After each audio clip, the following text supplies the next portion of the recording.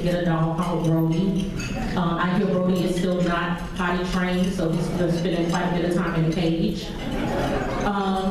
She had a faucet leak, but because she had partnered with Habitat and they talking about things, the homeowners, she knew how to fix it. She didn't have that expense.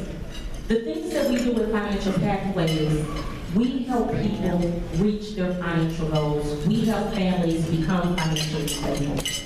Veronica's children this year, her two oldest children, were able to participate in our Money Jungle. And Money Jungle is an opportunity for you to come and experience a real life simulation of what adults do with money. And her son was like, gosh, I gotta go tell my mom I get it now. I really, really get it now. My $26 for this phone bill really is a lot of money. And those are the things that we hope to be able to impart in the lives of not just young people, but to all citizens of Forsyth County, that in order to be financially well, we have to educate ourselves and to start doing things differently. We have a short video on, the title is What is Money, that we're going to share with you all. This video is hilarious. I mean, when I say it's hilarious, it's really, really hilarious. We were able to gather some friends and children of Financial Pathways, some of our staff, their children or friends. My nephews are in it. I'll let you pick them out, but they're just adorable. But we want you to take a minute and watch this video, and we'll be right back.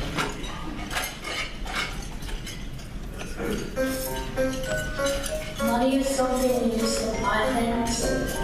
Money is cash. It's what you buy stuff with. Money is something you can buy something with, and you use it to spend stuff.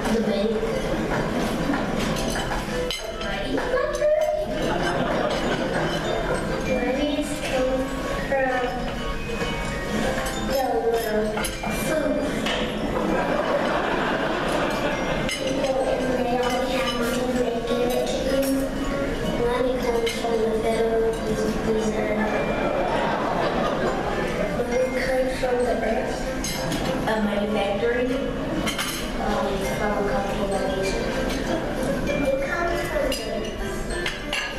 It comes from your engraving, money printing probably.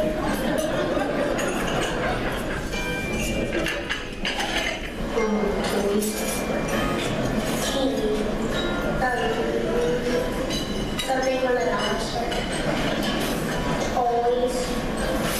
You can probably buy like something like glue sticks or like something that's very cheap for like $5 Save it. Buy those video games. Play with it. Or buy the mouse.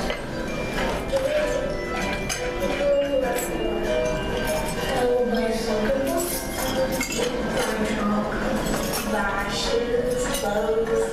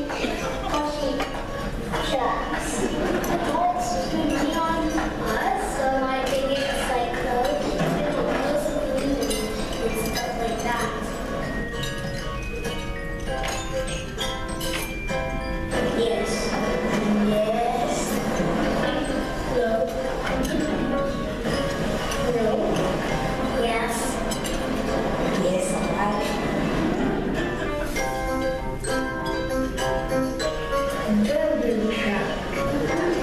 Snacks. Toys and shoes. I spend money on jokes.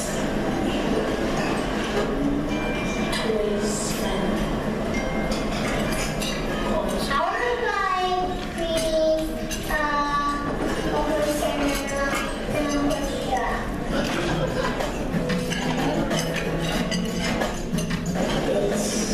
It's something that like you have a budget, you can't go. They're not only want your budget, you can't go over it. It's like if you go to the store and you have $50, you can only spend $50. It's how much money you can spend. A budget is something you use money and you only have like $10. That's how much you can use. It's how much money like you can use.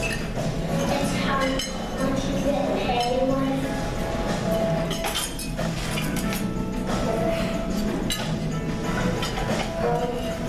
It's when you like put by yourself and no one's gonna hear you.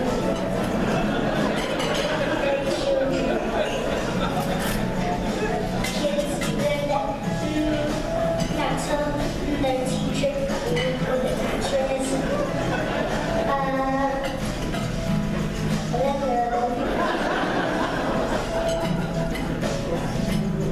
it has something to do with a card, a credit card. A credit is like a score. It can be like how much money you have. I don't really know, so I don't listen.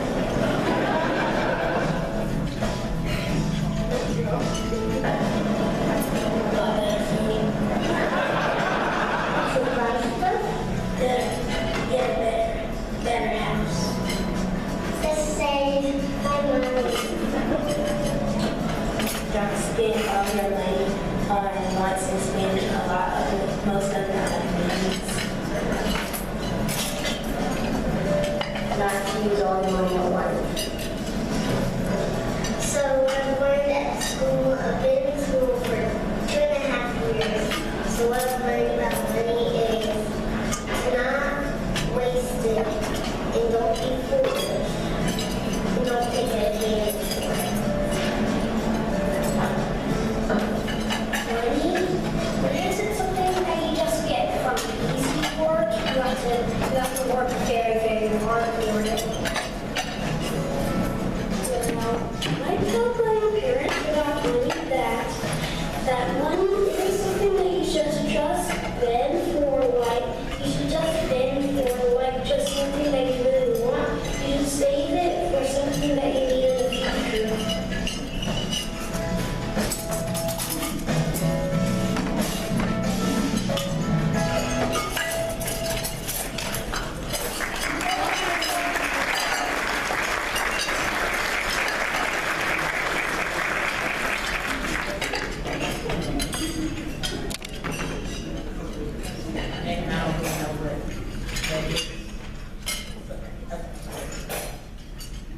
What's the best institute today? That was it. Y'all know who my nephews were? The two of them. One of the things that we should consider when we talk about financial education is what happens in a world when nobody talks to children about money. What happens in a world if the 3-year-olds, the 5-year-olds, the 10-year-olds, their knowledge about money stops where they are today? One of the things we do with financial pathways is to ensure that we have opportunities to learn to make wise financial choices so that we all have the opportunity for financial well-being. As Lori has stated, we do have pens and envelopes on the table. And if you think that financial education and financial literacy is worth investing in, we encourage you to make a donation to this organization and Lori's company. Thank you.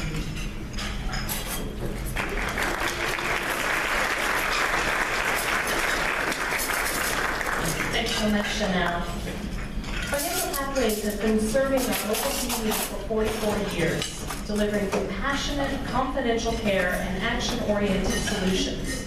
Last year alone, we served over 5,000 clients and their families with an impact reaching more than 15,000 residents who directly benefited from our services. This is all possible because of the dedicated and caring staff. And at this time, I'd like all the staff in the room to please stand so that we can recognize you.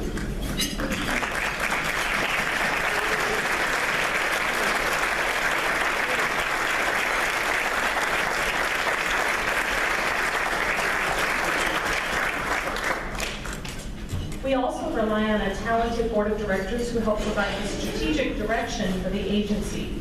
At this time, I'd like to ask the board members to please stand to be recognized.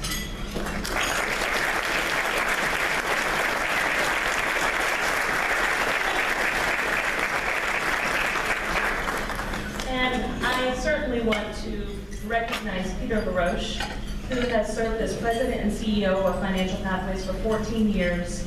Because of his incredible leadership and tireless efforts, the agency has been recognized with numerous awards, including the North Carolina Center for Nonprofit Stewardship Award, the Western Award for Excellence in Nonprofit Management, and the Risk Management Association's Excellence in Business Awards. Thank you, Peter, for all that you do for us.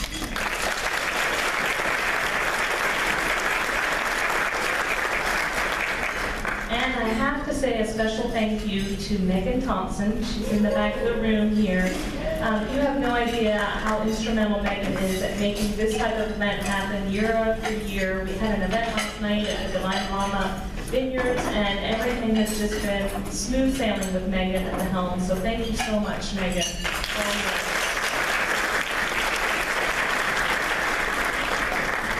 Well, at this time, it is my pleasure to introduce Chuck Duffett.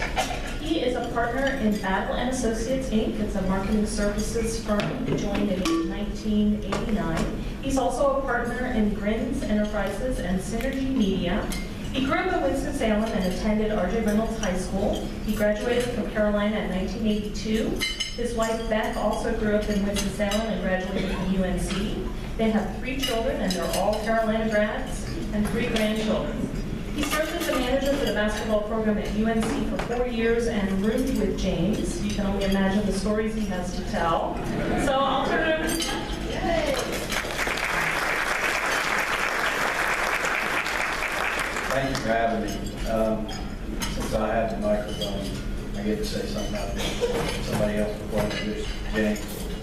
And when you grow up, you see people that do a lot for this community, and I see somebody that makes me smile every time.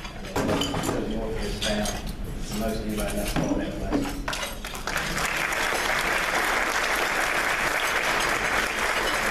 I laugh when I get to see this piece and it says, "Guest speakers, James, Megan." I laugh. I mean, funny story about that. It's a true story.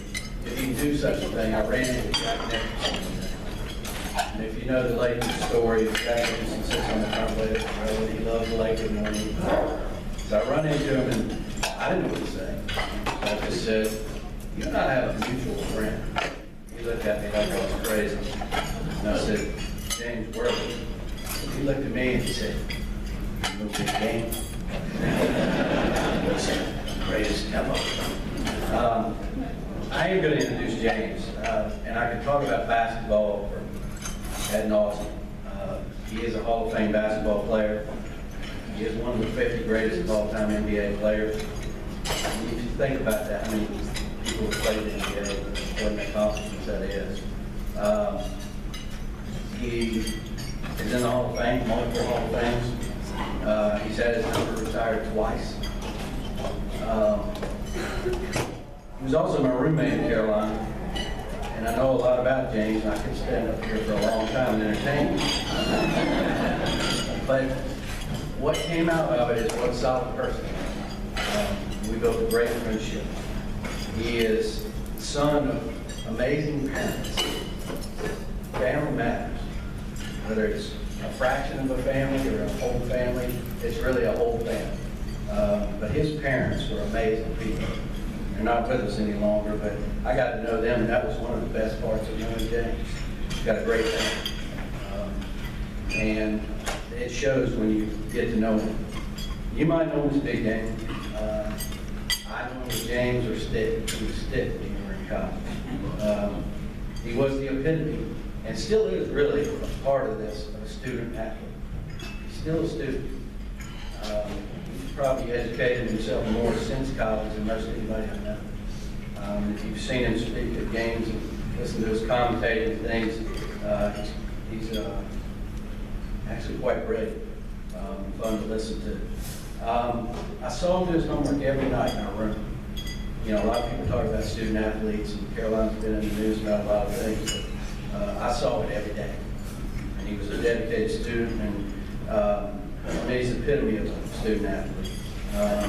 He's humble, he's giving, he's a great spokesman, and a great commentator. He's a coach for the Lakers as well. He's told me he's going to be mentoring some of the young Lakers players and helping them. You know, they throw kids into this environment, and they think they know everything. And they're like everybody else. You know, you need mentors and helpers, and I'm really proud of him for doing that. He's more than a basketball player. He really is a Renaissance man if you know what that means. If you think about it. He's a world traveler. He's a father. He was lucky enough to marry the prettiest girl in Carolina. But to me, the most important part, and I think he will impart this with you today, is he really is a freak. I don't think you can ask much more in this world than somebody to leave you. So, thanks for having me. James Blake.